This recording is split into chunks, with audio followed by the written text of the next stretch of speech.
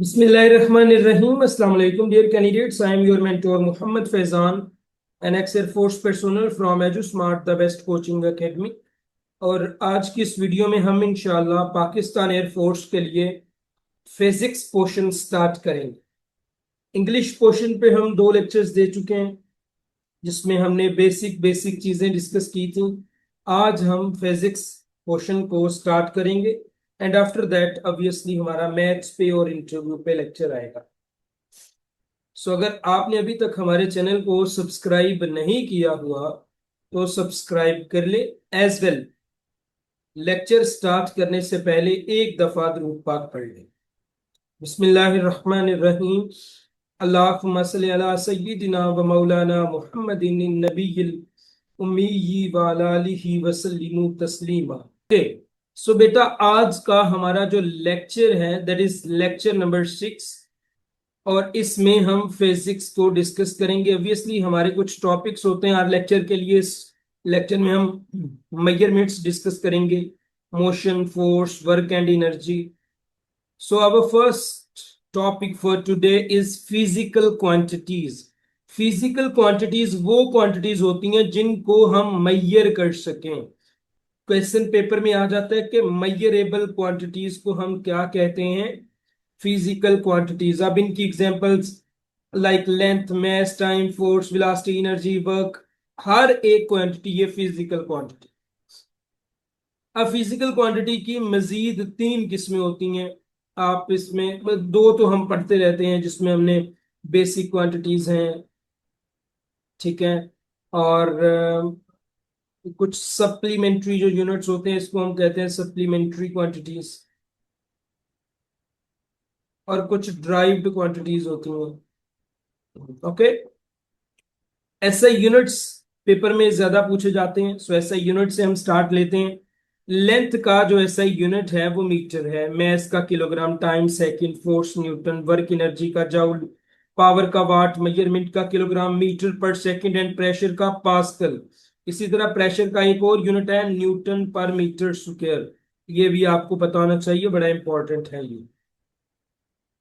Scalar और vectors क्या होते हैं, एक चीज याद रखिए, स्केलर्स और वेक्टर्स की आपको पहचान होनी चाहिए क्योंकि identification of scalars and vectors paper में क्वेश्चन पूछा जाता है। तो आपको आइडेंटिफाई करना आना चाहिए कि स्केलर क्या होता है, वेक्टर्स क्या होता है। स्केलर क्वांटिटीज में जस्ट मैग्नीट्यूड होती है, जबकि वेक्टर क्वांटिटीज में मैग्नीट्यूड भी होती है एंड डायरेक्शन भी होती है। स्केलर क्वांटिटीज में distance, speed, mass, time, energy, temperature सारी क्वांटिटीज स्केलर हैं, जबकि vector quantity displacement, velocity, acceleration, these are some vector quantities. अब आपने 2-4 चीजें याद रखनी है, जैसे डिस्टेंस स्केलर है, डिस्प्लेसमेंट वेक्टर, स्पीड स्केलर है, वेलोसिटी वेक्टर है, मास स्केलर है, वेट वेक्टर है, एनर्जी स्केलर है, फोर्स वेक्टर क्वांटिटी है। तो स्केलर और वेक्टर क्वांटिटी में बेसिक डिफरेंस ये है कि स्केलर क्वांटिटी जो है वो सिर्फ मैग्नीट्यूड से ही,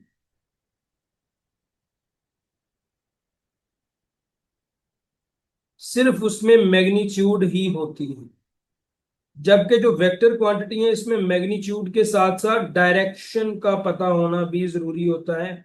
डायरेक्शन के बगैर हम वेक्टर क्वांटिटी को ऑब्जर्व, कैलकुलेट, आइडेंटिफाई नहीं कर सकते। अब आ जाता है हमारे पास डिस्टेंस और डिस्प्लेसमेंट। पेपर में अक्सर इनकी डेफिनेशंस पूछ ली जाती हैं।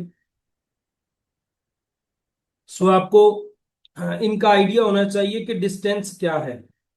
फर्ज करें ये एक पाथ फॉलो किया है आपने चलने के लिए, तो यहां से लेके यहां तक का जो डिस्टेंस है ना, ये डिस्टेंस कहलाता है। किसी भी इंसान ने जो पाथ को फॉलो किया है, दिस इज कॉल्ड डिस्टेंस। और एक पर्टिकुलर डायरेक्शन में जो डिस्टेंस, शॉर्टेस्ट डिस्टेंस तय किया जाए वो डिस्प्लेसमेंट कहलाता है, ठीक है। डिस्टेंस कभी भी नेगेटिव नहीं हो सकता, डिस्प्लेसमेंट जीरो भी हो सकता है।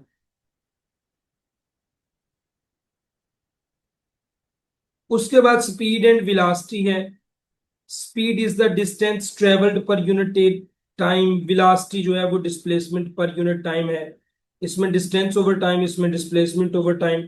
क्योंकि इसमें डिस्टेंस यूज होता है, that is why speed scalar हो गया, वेलोसिटी वेक्टर हो गया, यूनिट दोनों का सेम है, मीटर पर सेकंड। आफ्टर दैट हमारे पास बेटा एक्सेलरेशन आ जाता है, velocity, change in velocity over time. मतलब जब हम देखें कोई सफर हम स्टार्ट करते हैं तो क्या होता है, इनिशियल वेलोसिटी हमारी जीरो होती है और आहिस्ता आहिस्ता हम वेलोसिटी को बढ़ाते हैं। जैसे जैसे वेलोसिटी इंक्रीज करती है वैसे वैसे एक्सेलरेशन एक्सेलरेशन भी इंक्रीज करता है। जब हम ज्यादा वेलोसिटी से लो वेलोसिटी की तरफ आते हैं तो एक्सेलरेशन कम होता है। इस अमल को हम डीसेलरेशन भी कहते हैं। ठीक है। एक्सेलरेशन तीन तरह के हैं जी, पॉजिटिव एक्सेलरेशन, नेगेटिव एक्सेलरेशन और जीरो एक्सेलरेशन। जैसे जैसे वेलोसिटी इंक्रीज करती है एक्सेलरेशन बढ़ता है, इसे कहते हैं पॉजिटिव एक्सेलरेशन। फर्ज करो आप बड़ी स्पीड से गाड़ी चला रहे हो और आप अपनी वेलोसिटी, ब्रेक लगाते हो, वेलोसिटी कम होगी, एक्सेलरेशन कम होगा, इसे कहते हैं डिसेलरेशन या रिटार्डेशन। और अगर आप एक यूनिफॉर्म वेलोसिटी के साथ मूव कर रहे हो, मतलब आप मूव कर रहे हो 80 की स्पीड के साथ और बस 80 की स्पीड पे ही आपने रेस को बांधा हुआ है, तो अब आपकी फाइनल और इनिशियल वेलोसिटी सेम हो जाएगी। इसमें हमें कहते हैं कि एक्सेलरेशन जीरो है। ये बेसिक सा कॉन्सेप्ट याद। उसके बाद बेटा इक्वेशंस ऑफ मोशंस हैं। ये चार इक्वेशंस हैं बेटा जो आपके सामने लिखी हुई हैं। इन चारों इक्वेशंस में क्या क्या आता है ये आपको पता होना चाहिए। सो ये चारों इक्वेशंस आपने याद करनी है, ठीक है। ये इनका बारे में बताया कि u इनिशियल वेलोसिटी होता है, v final velocity, a acceleration, t time, s displacement, इसको आपने याद। जो बॉडी स्टार्टिंग से, जब बॉडी रेस्ट पोजीशन में होती है और अपनी स्पीड स्टार्ट करती है बेटा, तो उसकी जो वेलोसिटी होती है इनिशियल वो जीरो होती है, ये याद। आफ्टर दैट हमारे पास न्यूटन के कुछ लॉज आ जाते हैं मोशन के लिए। फर्स्ट ऑफ ऑल न्यूटन का फर्स्ट लॉ ऑफ मोशन है। फर्स्ट लॉ ऑफ मोशन क्या कहता है कि एक बॉडी तब तक रेस्ट पोजीशन में रहेगी या अपनी मूवमेंट यूनिफॉर्म स्पीड से करती रहेगी जब तक उस पर कोई एक्सटर्नल फोर्स एक्ट ना करे। और फर्स्ट लॉ ऑफ मोशन को लॉ ऑफ इनर्शिया भी बेटा कहते हैं। अब इसकी एग्जांपल्स आपने लाजमी देखनी है क्योंकि पेपर में वो एग्जांपल देते हैं और कहते हैं ये कौन से लॉ को फॉलो कर रहे हो। मतलब a passenger moves forward when A bus stop suddenly. जब बस को ब्रेक लगाई जाती है और बस सडनली स्टॉप होती है, सवारियां आगे की तरफ झुक जाती हैं, इसे कहते हैं, ये लॉ ऑफ इनर्शिया को फॉलो करता है या फर्स्ट लॉ ऑफ मोशन को। इसी तरह dust leaves a carpet when it is beaten. जब कारपेट पे कोई चीज मारी जाती है तो उससे डस्ट नीचे गिरती है, ये भी फर्स्ट लॉ ऑफ मोशन या न्यूटन फर्स्ट लॉ को फॉलो कर। उसके बाद हमारे पास आ जाता है सेकंड लॉ, जिसमें एक फार्मूला है, इसका न्यूमेरिकल पेपर में अक्सर पूछ लिया जाता है। अब न्यूटन का सेकंड लॉ क्या कहता है? न्यूटन का सेकंड लॉ कहता है कि acceleration of body is directly proportional to applied force. Acceleration directly proportional है अप्लाइड फोर्स के एंड इनवर्सली प्रोपोर्शनल है इसके मैस के। क्या कहता है जी? एक्सेलरेशन डायरेक्टली प्रोपोर्शनल है फोर्स के और एक्सेलरेशन इनवर्सली प्रोपोर्शनल है मैस के। तो जब हमने इसको इकट्ठा किया तो ये बन गया A is equal to F over M, F is equal to M A. ये फॉर्मूला बन गया हमारे पास सेकेंड लॉ ऑफ मोशन का। देन हमारे पास है बेटा न्यूटन का थर्ड लॉ जो कहता है एक्शन और रिएक्शन।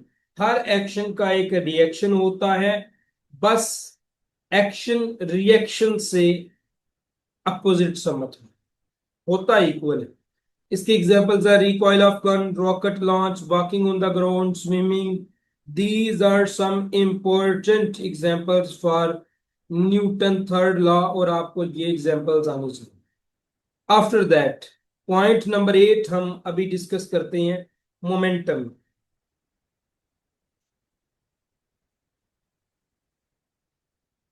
मोमेंटम बेटा क्या है? मोमेंटम को हम जाहिर करते हैं पी से, और इसे अक्सर हम कहते हैं कि मैस ज़रब विलासिटी, मैस और विलासिटी का हासिले ज़रब। Momentum is the quantity of motion possessed by a body. Momentum body में होता है, P is equal to mv इसका फॉर्मूला है, और इसका जो SI यूनिट है किलोग्राम मीटर पर सेकंड है। एज वेल मोमेंटम एक वेक्टर क्वांटिटी। इम्पल्स नेक्स्ट हमारा टॉपिक है। इम्पल्स क्या कहते हैं? ये प्रोडक्ट है फोर्स और टाइम का, ठीक है। अब इम्पल्स का एक और बड़ा इंपॉर्टेंट डेफिनेशन है जो पेपर में पूछी जाएगी। वो ये नहीं पूछते, वो ये पूछते हैं, वो कहते हैं इम्पल्स किस चीज के बराबर होता है? चेंज इन मोमेंटम के, final momentum minus initial momentum, वो बराबर होता है जी इम्पल्स के, और इसका यूनिट है न्यूटन सेकंड। और मोमेंटम और इम्पल्स का सेम डायमेंशन, डायमेंशन सेम है, ठीक है। आफ्टर दैट हमारे पास है point number 10, that is work. Work क्या होता है? जब ये एक बॉडी पड़ी हुई है, इस पे आप फोर्स लगाओगे तो ये बॉडी कुछ डिस्प्लेसमेंट करेगी। फोर्स और डिस्प्लेसमेंट के इस प्रोडक्ट को कहते हैं वर्क। अब वर्क होता है, वर्क जीरो भी हो सकता है, नेगेटिव भी हो सकता है, पॉजिटिव भी हो सकता है। बेसिकली वर्क जो है ना, ये फोर्स और डिस्प्लेसमेंट का डॉट प्रोडक्ट होता है। और वर्क फिर जब इसको हम इलेबोरेट करते हैं, इसको हम खोलते हैं फार्मूले को, ये फार्मूला बनता है वर्क का FD cos थीटा। अगर फोर्स एंड डिस्प्लेसमेंट पैरेलल हों, जैसे ये मैंने लगाया है, फोर्स इस समक में लगाई है, डिस्प्लेसमेंट आगे को हुआ है। अगर फोर्स और डिस्प्लेसमेंट पैरेलल हों तो वर्क मैक्सिमम हो, क्योंकि काज जीरो वन के बराबर हो। काज जीरो किसके बराबर होता है? वन के बराबर होता है। दैट इज वाई फिर product W is equal to FD के बराबर है। लेकिन फर्ज करो एक बॉडी है ये, इस पे फोर्स लगती है परपेंडिकुलर। अब यहां पे क्या होगा? वर्क होगा ही नहीं, क्योंकि परपेंडिकुलर इस पे जब लगी है फोर्स तो ये इधर को नहीं जाएगा। अब इनके दरमियान एंगल है 90 डिग्री का। क्या है? 90 डिग्री का एंगल है। तो जब हम cos 90 करते हैं, cos 90 जीरो के बराबर होता है। दैट इज वाई जब फोर्स एंड डिस्प्लेसमेंट आपस में परपेंडिकुलर हों, या कोई आपको कहे कि फोर्स परपेंडिकुलर लग रही है, वर्क क्या होगा? वर्क जीरो होगा। ये दोनों कंडीशंस आपने याद रखनी है वर्क के हवाले से, ठीक है जी। और नेगेटिव 180 डिग्री हो, मतलब जिधर को फोर्स लग रही है उधर ही को डिस्प्लेसमेंट हो, अपोजिट समझ को, तो उसे हम कहते हैं 180 डिग्री एंटी पैरेलल, वो नेगेटिव वर्क होता है। वर्क का यूनिट होता है जॉब। नेक्स्ट हमारे पास है बेटा एनर्जी। एनर्जी कहते हैं ability to do work. Ability to do work is called energy. Energy दो तरह की होती है, एक काइनेटिक एनर्जी है, एक पोटेंशियल एनर्जी। जहां पे आ जाए एनर्जी ड्यू टू मोशन, वो काइनेटिक एनर्जी होगी, उसका फार्मूला है हाफ mv। जहां पे आ जाए एनर्जी ड्यू टू पोजीशन, वो पोटेंशियल एनर्जी होगी, और इसका फॉर्मूला होगा mgh। ये दो टाइप की एनर्जी है, और एनर्जी का यूनिट होता है जाउल। वर्क और एनर्जी का यूनिट सेम होता है। अब नीचे है वर्क एनर्जी प्रिंसिपल। ये क्या कहता है?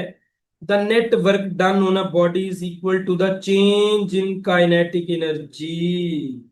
वर्क एनर्जी प्रिंसिपल क्या कहता है कि नेट वर्क डन किसी भी बॉडी का होता है चेंज इन काइनेटिक एनर्जी के इक्वल। 12th नंबर पे हमारे पास पॉइंट है पावर। पावर क्या होता है? Rate of doing work. Ability of doing work energy थी, rate of doing work is called power. अब पावर का यूनिट होता है W/T, यानी वर्क करना with respect to time. Time में इंसान कितना काम करता है, ये उसकी पावर कहलाती है। फार्मूलाज इसके मैंने मजीद दो लिखे हुए हैं। क्यों लिखे हुए हैं? एक है P is equal to F V cos theta, ये भी पावर का फॉर्मूला है मूविंग बॉडीज के लिए। ये है वर्क करना विद रिस्पेक्ट टू टाइम, उसके लिहाज से फार्मूला मूविंग बॉडीज के लिए ये है। और एक है इलेक्ट्रिक पावर के लिए रेजिस्टर्स में, वो फार्मूला है आई स्क्र आर। ये फार्मूला हजारों दफा पेपर में इसका न्यूमेरिकल आ चुका है। अब ये आपने डिसाइड करना है कि ये याद करना है आपने, इसका न्यूमेरिकल करना है कि नहीं। ऐसा यूनिट इसका वाट। उसके बाद आ जाती है एफिशिएंसी। एफिशिएंसी और परसेंटेज इक्वली है, समझें। परसेंटेज, अभी मैट्रिक का रिजल्ट आया है सारे बच्चों का, तो क्या कैसे परसेंटेज हम फाइंड करते थे? हम इस तरह से परसेंटेज फाइंड करते थे, हम कहते थे अच्छा कितने नंबर लिए हैं 900, कितने में से 1200 में से जब हम 100 करते थे तो हमारी परसेंटेज निकल आती थी। ऐसे ही परसेंटेज निकालते हैं ना। तो एफिशिएंसी भी सेम ऐसे ही हम यूज करते हैं। कैसे? आउटपुट कितना मिला उसको हम ऊपर रखते हैं, हमने इनपुट कितना दिया उसको नीचे रखते हैं, जरब 100 के साथ करते हैं एफिशिएंसी। और एफिशिएंसी का कोई यूनिट नहीं होता, ये याद है। कुछ इंपॉर्टेंट डायमेंशंस हैं जो पेपर में पूछी जाती हैं, इनको आप देख लीजिएगा।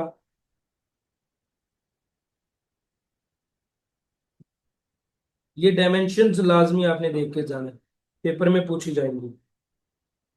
अब हम कुछ प्रैक्टिस एमसीक्यूज डिस्कस कर लेते हैं। Which of the following is a scalar quantity? कौन सी क्वांटिटी स्केलर क्वांटिटी है? Speed, velocity, force, displacement, vector quantity. कौन सी क्वांटिटी वेक्टर क्वांटिटी है? Mass scalar, energy scalar, time scalar, momentum vector. The total path travelled by a body is called, total path जो travel किया वो distance कहलाता है। A body complete one full circular path, its displacement is zero. जब एक body total circular मतलब यहां से स्टार्ट किया और यहीं पे एंड कर दिया तो उसका जो डिस्प्लेसमेंट होता है वो जीरो होता है। डिस्टेंस इतना है, displacement zero. The rate of change of displacement यानी डिस्प्लेसमेंट ओवर टाइम, ये बेसिकली विलासिटी कहलाती है। ठीक है। और विलासिटी ओवर टाइम ये एक्सेलरेशन कहलाता है। एक्सेलरेशन का ऐसा यूनिट मीटर पर सेकंड स्क्वायर। और इसका जो डायमेंशन है वो L t-2 है, पेपर में पूछी जाती है। न्यूटन फर्स्ट लॉ को क्या कहते हैं? Also called as law of inertia. Newton के फर्स्ट लॉ को लॉ ऑफ इनर्शिया भी कहा जाता है बेटा। ये भी आपने इंपॉर्टेंटली याद रखना है, ठीक है इनको। The formula of force, force का फॉर्मूला न्यूटन के सेकंड लॉ से हमने निकाला था। रॉकेट की मोशन, रॉकेट जब चलता है तो पीछे गैसेस छोड़ता है और आगे चलता जाता है। इस मोशन को थर्ड लॉ ऑफ न्यूटन भी कहते हैं, उसके मुताबिक काम करता है। Momentum is equal to, momentum आपको बताया कि मैस और वेलोसिटी के हासिल ज़रब को मोमेंटम कहते हैं। ऐसा unit of momentum impulse, force और टाइम के ज़रब को कहते हैं, या इम्पल्स चेंज इन मोमेंटम के बराबर भी होता है। नीचे वही MCQ. Work is zero when force and displacement are an at angle of, मैंने क्या बोला था? जब फोर्स और डिस्प्लेसमेंट परपेंडिकुलर होंगे टू द ईच अदर तो वर्क जीरो होगा। हजारों दफा पेपर में एमसीक्यूज आ चुके। वर्क का ऐसा यूनिट जूल। और वर्क एक स्केलर क्वांटिटी है, ये याद रखना। Energy possessed by a moving object, मैंने क्या कहा था? Energy due to motion kinetic होती है। काइनेटिक एनर्जी का formula half M V square होता है। रेट ऑफ डूइंग वर्क, एक है ability to do work, energy. Rate of doing work power. 1 watt किसके बराबर होता है? पावर का यूनिट वैसे वाट होता है। और वाट किसके बराबर होता है? 1 जूल पर सेकेंड। अब नीचे हम कुछ न्यूमेरिकल एमसीक्यूज डिस्कस कर लेते हैं जो पेपर में आपको पूछे जा सकते हैं। ए कार कवर्स 120 मीटर इन 6 सेकेंड्स, इट्स स्पीड 6 सेकेंड्स में 120 मीटर सफर तय करती है। तो इसकी स्पीड क्या है 20 मीटर पर सेकेंड, डिवाइड कर 1 सेकंड में 20 metre. A body changes its velocity from 5 meters second to 25 meter seconds. Its acceleration is 25 minus 5 over 4, 20/4, 5 metre पर सेकंड स्क्वायर एक्सेलरेशन आ गया बेटा।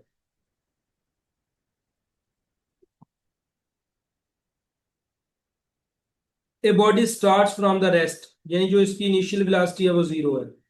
एक्सेलरेशन है 3 मीटर पर सेकंड स्क्वायर, 4 सेकंड में। Final velocity मालूम करो। तो हमें फार्मूला का पता है, V F minus V I over time is equal to acceleration. Final हमने मालूम करना, इनिशियल वेलोसिटी 0 थी, वी एफ ऊपर रह गया, time 4 second, acceleration 3, 4 × 3 = 12, V F 12 metre पर सेकंड। सो बेटा आपको छोटे छोटे फॉर्मूला से ये क्वेश्चंस हल करना हो। A body has an initial velocity of 10 metre पर सेकंड, एक्सेलरेशन इतना है, फाइनल वेलोसिटी मालूम करो। ये आपका असाइनमेंट है, ये आपने खुद करना होगा बस। Okay, 1 kilogram 4 kilogram body accelerate at 5 metre पर second square. The force acting on it is, formula हमने पढ़ा था, force is equal to M A. Mass हमारा कितना है 4 किलोग्राम, एक्सेलरेशन है 5, तो फोर्स 20 न्यूटन लगेगा। फार्मूलाज याद होने चाहिए। मोमेंटम है 5 kilogram, object moving at 6 metre per second is, 5 kilogram object है, यानी मैस 5 किलोग्राम है, वेलोसिटी ये है, मोमेंटम मालूम करो। तो P is equal to M V वाला फार्मूला लगाओ। 5 किलोग्राम मैस आ गया, वेलोसिटी 6 आ गई, 30 किलोग्राम मीटर पर सेकेंड हमारे पास निकला है।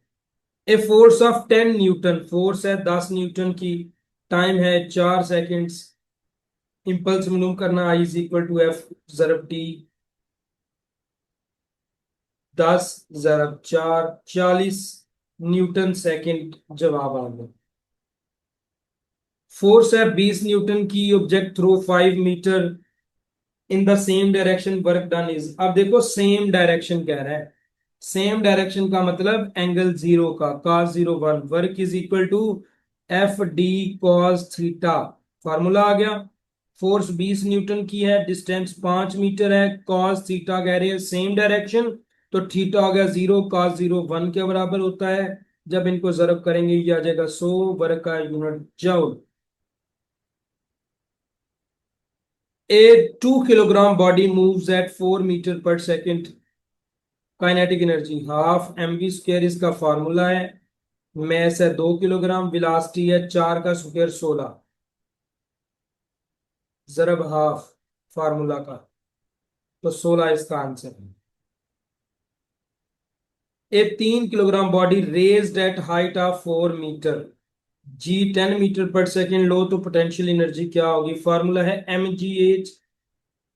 3 किलोग्राम, जी 10 आ गया, एच 4 आ गया, जब इनको मल्टीप्लाई करोगे 120 जूल आ जाएगी potential energy. A machine does 800 joule of work in 4 seconds, it's power, power क्या थी? Work over time. वर्क कितना किया? 800 जूल, टाइम कितना लगा? 400। जब इसको हमने डिवाइड किया तो ये 200 वाट इसकी पावर आ गई। Machine receives 500 joule and produce 400 joule, मतलब इनपुट हमने जो दिया वो 500 है, आउटपुट जो हमें मिला वो 400 जूल है। एफिशिएंसी कितनी होगी? तो मैंने आपको बताया कि आउटपुट ऊपर रखना है, इनपुट नीचे, जरब 100 से करना है। आउटपुट क्या है?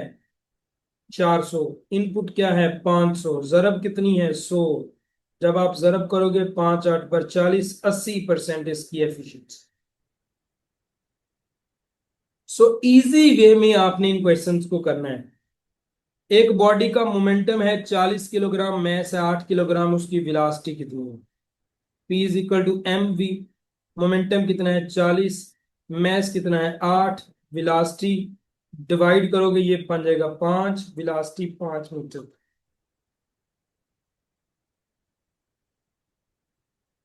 ए 10 newton force act on a 2 kilogram object. 10 newton की फोर्स है जो 2 किलोग्राम के ऑब्जेक्ट पे लग रही है, इसका एक्सेलरेशन क्या हो। ये फॉर्मूला आप इधर लगाओगे, खुद करो इस MCQ. A body starts from rest, एक बॉडी रेस्ट से स्टार्ट करती है, मतलब इनिशियल वेलोसिटी जी, acceleration 2 metre per second, time 3 seconds, displacement क्या होगा। तो इसमें बेटा फॉर्मूला लगेगा जो मैंने मोशंस की 4 इक्वेशंस आपको दी थी, ये वाली आप इक्वेशन लगाओगे और अपना answer. The dimensions of force, dimensions मैंने आपको पढ़ाई है ऊपर, जो डायमेंशन पढ़ाई है वही करनी है।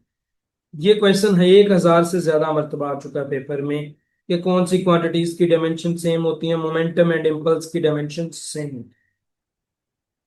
ये है अब question, if the velocity of a body doubles it's kinetic energy becomes. सबसे पहले देखो काइनेटिक एनर्जी का फॉर्मूला क्या होता है, हाफ एम वी। उन्होंने क्या कहा, वेलोसिटी को अगर डबल कर तो कर दो half M 2v², half M 4v²। 4 को बाहर नहीं आओ, हाफ एम वी²। तो काइनेटिक एनर्जी कितनी गुना हो गई, 4 काइनेटिक एनर्जी, 4 टाइम्स हो जाएगी काइनेटिक। अब ये देखो, if the mass of a moving body becomes double while velocity remains constant its momentum becomes। Momentum का फार्मूला क्या है जी, एम वी। क्या कहा उन्होंने कि अगर मैस को डबल कर दें वेलोसिटी सेम रहे तो कर दो, मैस को 2m कर दो वी, तो ये बराबर हो गया 2mv। एम वी पी होता है, मोमेंटम डबल हो जाएगा मैस को डबल करने से। सिंपल कॉन्सेप्ट यूज करना। ये हमारा लास्ट क्वेश्चन था बेटा। अगर आप हमारी क्लासेस को ज्वाइन करना चाहते हो, अगर आप हमारी जीडी पायलट और इसके अलाइड कोर्सेज के लिए क्लासेस ज्वाइन करना चाहते हो, 20 लेक्चर्स, 10 मॉक टेस्ट, हर चीज की तैयारी, 3450 रुपीज इसकी डिस्काउंटेड फी है। अपनी फी पे करें और ज्वाइन करें हमारे कोर्स को, ये हमारा ऑफिशियल। थैंक यू, अल्लाह हाफिज, अस्सलाम वालेकुम।